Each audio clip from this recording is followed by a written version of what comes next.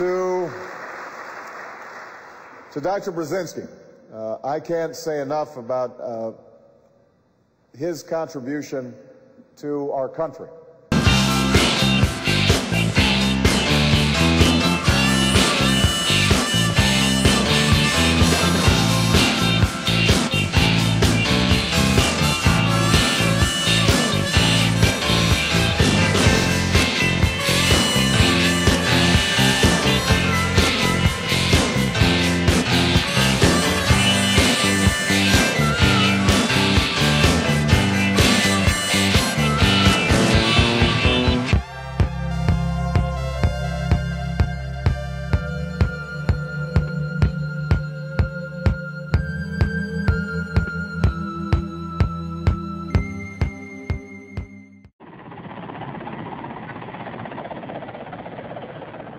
U.S. National Security Advisor Brzezinski flew to Pakistan to set about rallying resistance.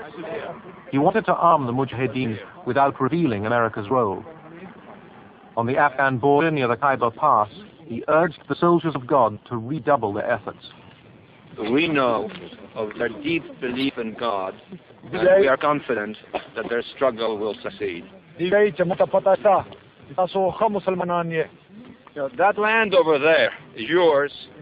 You'll go back to it one day because your fight will prevail and you'll have your homes and your mosques back again because your cause is right and God is on your side.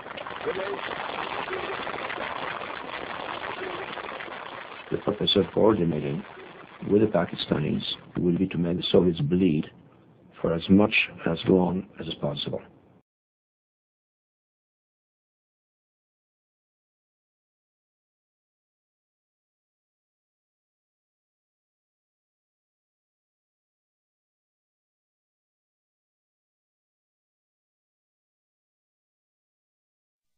Welcome back. It would be difficult to think of any two men in U.S. history who have had more experience in foreign policy than my next guest.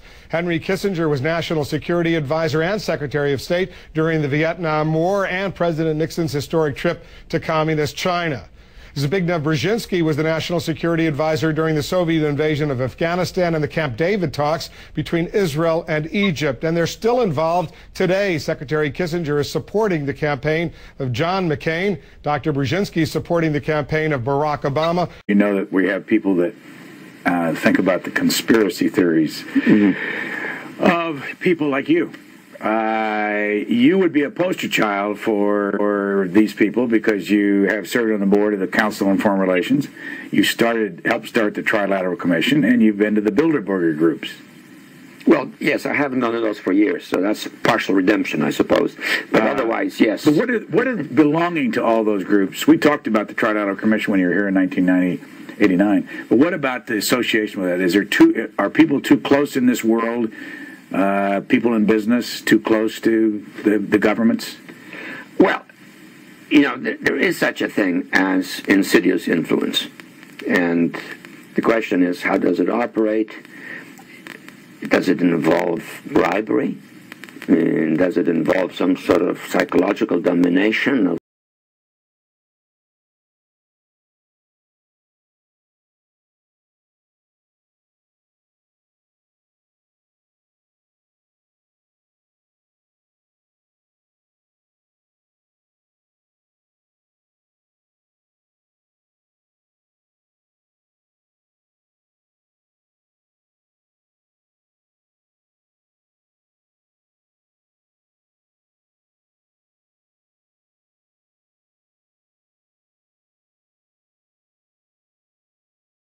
I don't believe in this notion of some sort of secret societies controlling people.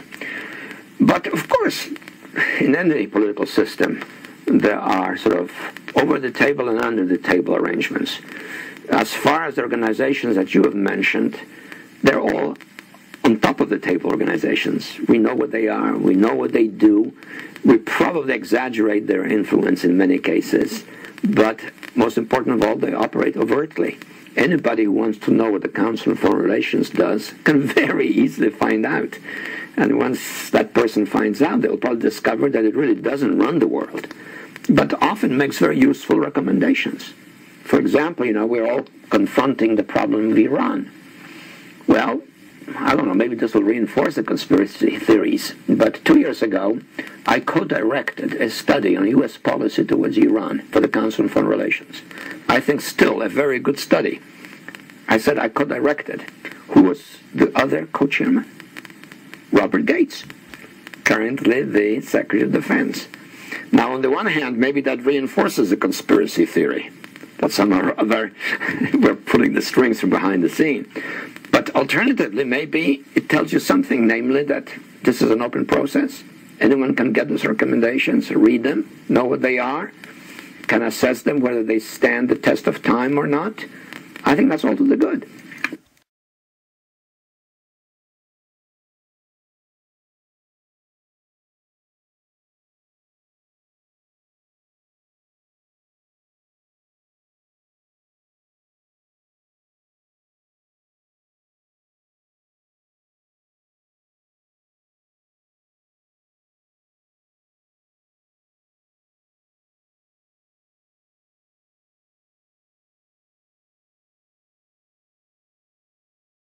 That you and your wife are in the globalist CFR, which is a Council on Foreign Relations, and I'd like to know if that is true, and also I'd like to know where you stand on the North American Union, which has been confirmed recently in the press.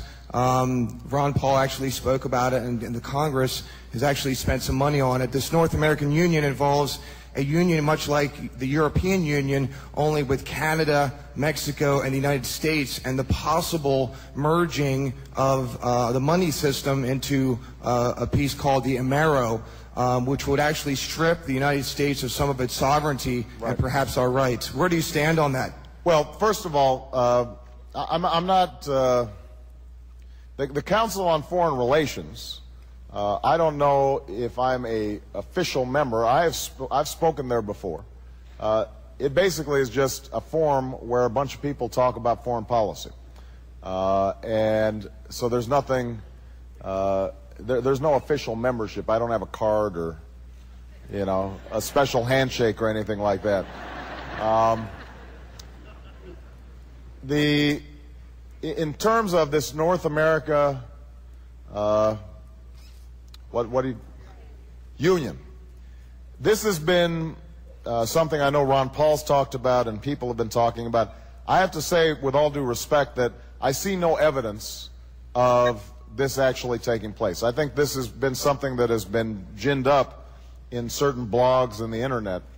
It was based partly on the fact that there's this highway being built in Texas that will facilitate more transportation and travel between Mexico and the intercontinental United States on up through Canada, and so people have perceived that this potentially means that somehow there's going to be this union like the European Union.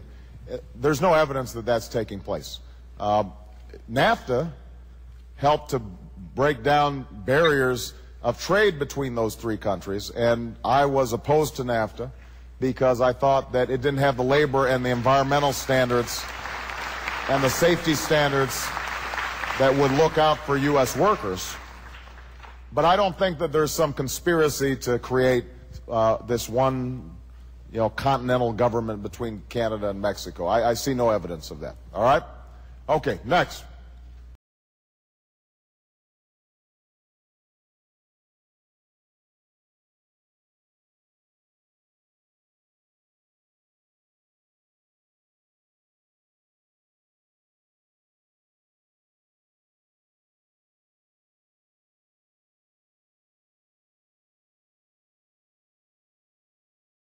He is one of our most outstanding scholars, one of our most outstanding thinkers. He has proven to be an outstanding friend and somebody who I've learned an immense amount from.